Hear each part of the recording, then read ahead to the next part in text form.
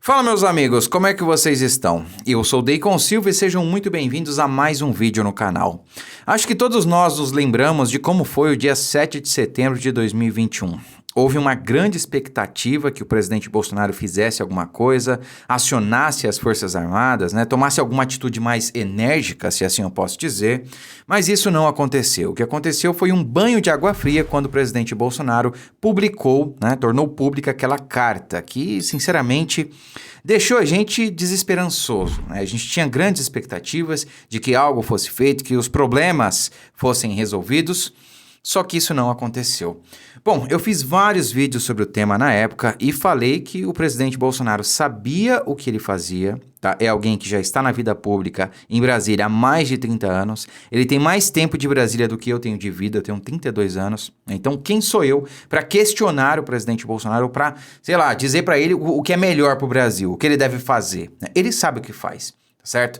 Ele é inteligente, ele é muito bem preparado, ele tem experiência e está muito bem assessorado. Ele sabe o que faz, tá certo? Então, eu tratei de apoiar o presidente Bolsonaro e foi isso que todos os patriotas fizeram desde então. Embora nós tivemos ali algumas pessoas desesperançosas que perderam as esperanças, que, enfim, ficaram criticando o presidente, etc, etc, etc. Enfim, chegou a hora que todos nós estávamos aguardando, a hora da verdade. O presidente Bolsonaro anunciou que, de fato, houve um acordo e que esse acordo não foi cumprido. E na época eu falei, olha, provavelmente houve um acordo. O presidente não ia clamar pela nação, pelo aquele 7 de setembro que foi histórico. Foi a maior manifestação de rua da história do mundo, não é só do Brasil, não. E não ia fazer nada. Então aquele acordo serviria em tese para alguma coisa, tá certo? E na época eu até falei, olha, se houve realmente um acordo, nós talvez nunca saberemos. Só que agora nós sabemos, houve um acordo, o presidente falou. Então tem um trecho de um vídeo aqui que eu quero mostrar para vocês, talvez vocês não tenham visto. Acho muito importante que vocês vejam. Prestem muita atenção nesse vídeo. Chegou a falar na semana passada sobre uma nova modalidade de ladrão, que seria o ladrão de liberdade, né? Que você falou isso. Eu queria entender, e aí você falou, é importante que a gente lute, que a gente vá à guerra para defender nossos ideais e que o povo saiba o que está acontecendo. Quando o senhor diz isso, ir à guerra, já tem uma comoção. O que o senhor quer dizer? É um sentido figurado ou é de verdade mesmo? Ir às ruas, tá certo? Mas também agora não apenas ir às ruas, saber o que eu pretendo fazer em ato contínuo. Que a população apenas indo às ruas não sensibiliza, por exemplo, aqui Alexandre Moraes, Fachin, Barroso, não prestem muita atenção nesse trecho. Eles estão num propósito de botar a esquerda no poder novamente. Agora sim, e as ruas, como o senhor falou, só ir às ruas não sensibilizaria esses ministros que o senhor citou. O que poderia ser feito, então? Olha, o que está sendo organizado, por exemplo, é um 7 de setembro. Onde a presença do povo estaria dando uma demonstração de que lado eles estão. Seria um novo 7 de setembro desse ano agora, essa mobilização para ir às ruas defender essas questões que o senhor falou, ou a gente está falando... Eles querem aproveitar a data, de 7 de setembro, para ter uma grande concentração, por exemplo, em São Paulo, nas capitais, aqui em Brasília, que vai ser um 7 de setembro e também um apoio a um possível candidato que esteja disputando. Isso está mais do que claro. E é uma demonstração pública de que grande parte da população apoia um certo candidato, enquanto o outro lado do outro candidato não consegue juntar gente em lugar nenhum do Brasil. E disse poucos dias, No meu tempo, ganhava eleições quem tinha voto dentro da urna. Agora parece que quer que ganhe eleições quem tem um amigo para contar esses votos dentro da sala. No ano passado teve essa também, houve essa mobilização do 7 de setembro, o senhor participou, discursou, depois o senhor até disse, acho que eu me excedi, e fez um gesto, fez uma carta. Então eu vou te falar uma coisa aqui, eu não falei para ninguém, primeiro para você. Estava eu, Michel Temer e um telefone celular na minha frente. Ligamos para o Alexandre de Moraes, conversamos por 3 vezes com ele. E combinamos certas coisas para assinar aquela carta. Ele não cumpriu nenhum dos itens que combinei com ele.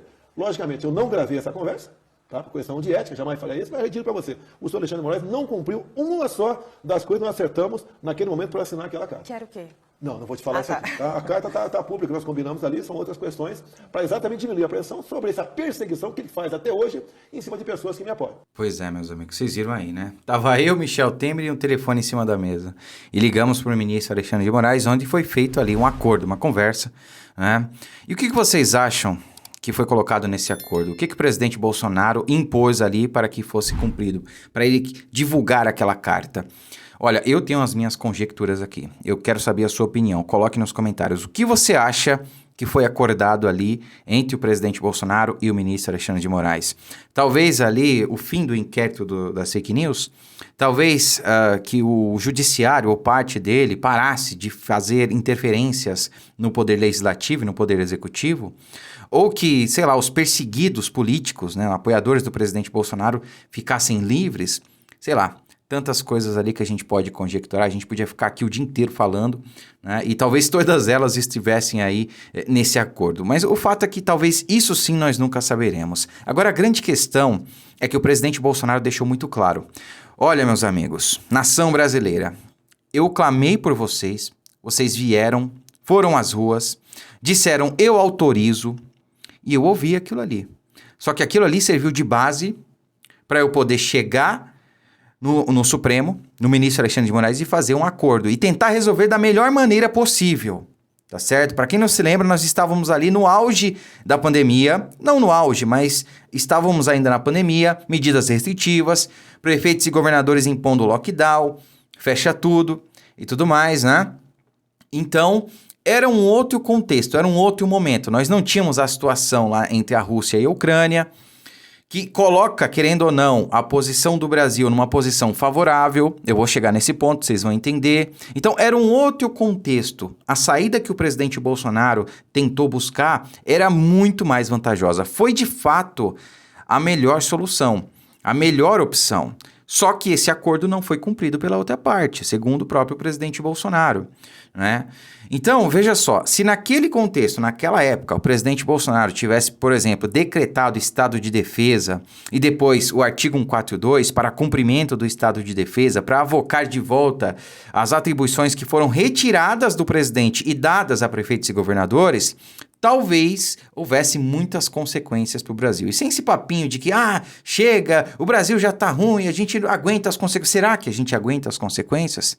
Olha, talvez você aguentaria as consequências, talvez eu aguentaria as consequências. Mas e o pobre e o desempregado? E aquelas pessoas que vivem em situação difícil, que sobrevivem com o Auxílio Brasil? Será que elas aguentariam as consequências? Nós estamos falando aí de dezenas de milhões de pessoas, tá? Só se tratando das famílias que recebem o Auxílio Brasil, nós estamos falando de mais ou menos 20 milhões de pessoas. Será que essas pessoas aguentariam as consequências de uma hiperinflação, desabastecimento, boicote talvez de outros países? E esse é o ponto que eu queria chegar. Hoje, o contexto... Isso naquela época, tá, pessoal? Hoje, o contexto é diferente. Hoje, há uma guerra entre a Rússia e a Ucrânia. Isso coloca o Brasil numa posição favorável, numa posição de destaque, né? É até difícil falar isso porque tem pessoas morrendo, pessoas sofrendo e a gente falando esse tipo de coisa, né? Mas é a verdade, é a realidade, são os fatos, né? O Brasil produz alimentos, tá? O que o mundo está consumindo e precisando? Alimentos. A Ucrânia era grande produtora de alimentos, principalmente ali para a Europa. Agora está importando bastante do Brasil. Subiu a demanda por alimentos, por grãos principalmente. Então o Brasil, grande produtor de alimentos, e tudo que o mundo consome, estando em crise ou não, são alimentos, sempre vai estar numa posição de destaque. Portanto, qualquer atitude que o presidente Bolsonaro tome hoje não vai sofrer ali, não vai fazer com que o Brasil sofra um boicote dos outros países, digamos assim. Até porque o presidente Bolsonaro buscou todas as medidas legais e cabíveis possíveis. O presidente Bolsonaro foi na PGR, antes disso foi no próprio STF, noticiou lá colocou uma notícia crime contra o ministro Alexandre de Moraes, foi no Senado, protocolou o impeachment, foi na PGR, foi em órgãos internacionais, na Corte Interamericana. O presidente Bolsonaro esgotou todos os meios possíveis. E agora, qualquer atitude que ele queira tomar dentro das 4 linhas da Constituição, e eu estou me referindo ao artigo 142, não poderá ser questionado por ninguém. Vocês entenderam todo o caminho que foi pavimentado até aqui? O 7 de setembro de 2021, aquela carta, os desdobramentos. Vocês entenderam agora que o presidente Bolsonaro sabe o que faz e que o momento de agir está chegando? Pois é, meus amigos. A partir de hoje, o que nós temos que ter em mente é o seguinte: nós precisamos apoiar esse homem, porque foi isso que ele pediu.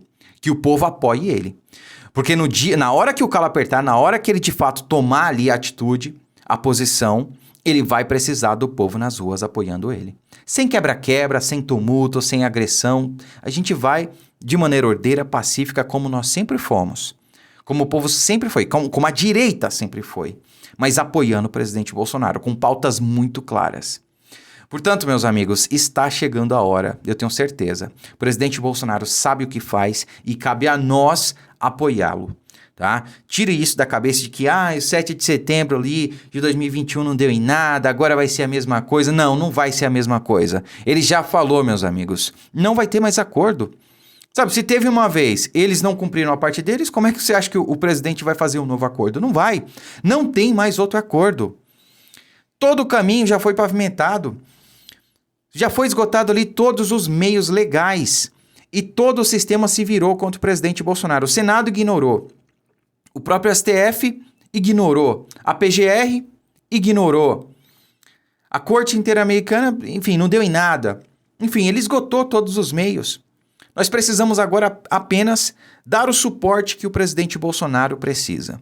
E eu quero saber a sua opinião. Você acha que o presidente Bolsonaro deve acionar o artigo 142? Sim ou não? Estamos falando aqui, coloca aí nos comentários, tá?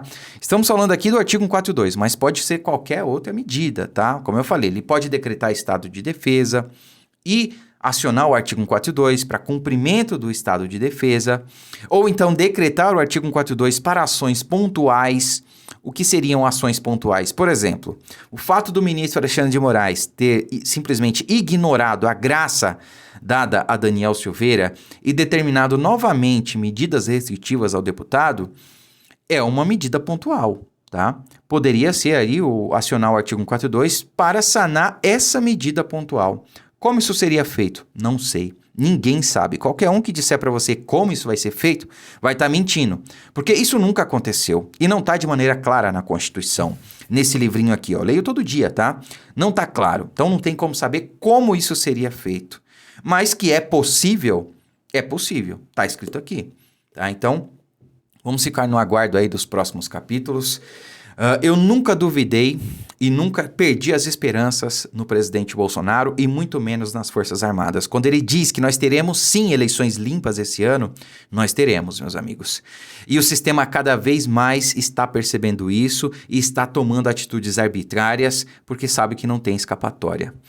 E nós precisaremos de boas pessoas ao lado do presidente Bolsonaro em todas as esferas. E foi por isso que eu decidi ser pré-candidato a deputado estadual aqui em São Paulo. Temos muita coisa para mudar aqui e eu tenho certeza que o nosso futuro governador Tarcísio vai precisar de pessoas alinhadas com ele, alinhadas com o presidente e que sejam minimamente preparadas e competentes para exercer esse cargo e dar o destaque que o nosso estado tanto precisa.